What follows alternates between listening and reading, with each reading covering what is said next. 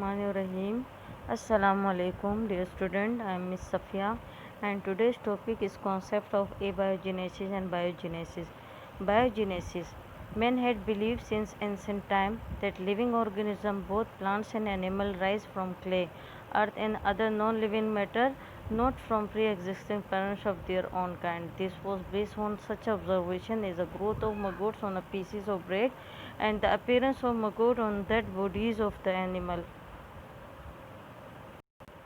Abiogenesis.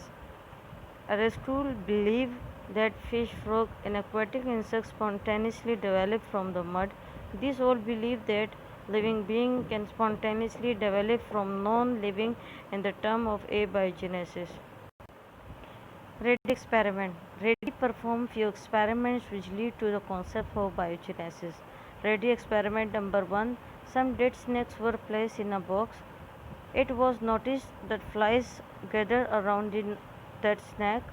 After 3 days, maggots appear in their body. After about 18 days, these maggots transformed into pupa. Some of these pupa were transferred to separate glass container covered with a sheet of paper.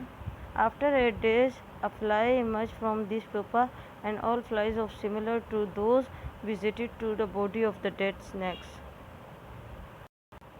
Conclusion. From this it was concluded that maggots were the offspring of flies. The flies had laid eggs on the dead snakes. These eggs gave rise to maggots, which forms pupa, and ultimately flies emerge from them. Reddy experiment number 2. In experiment number 2, Reddy took 8 bottles. He put dead snakes and pieces of meat in other bottles and dead fishes in other bottle. He kept 4 bottles open and 4 covered. After few days, maggots appear in the open bottle only. No maggots appear in a bottle kept covered. Conclusion. This showed that if the flies were prevented from entering the bottle, the maggots did not appear. Some workers criticized this experiment and said that maggots flies to appear in a cover bottle cause air being so essential for the biogenesis could not enter this bottle. Reddy experiment number 3. Some pieces of meat were put in the bottle whose mouth was a goose. Thus the air could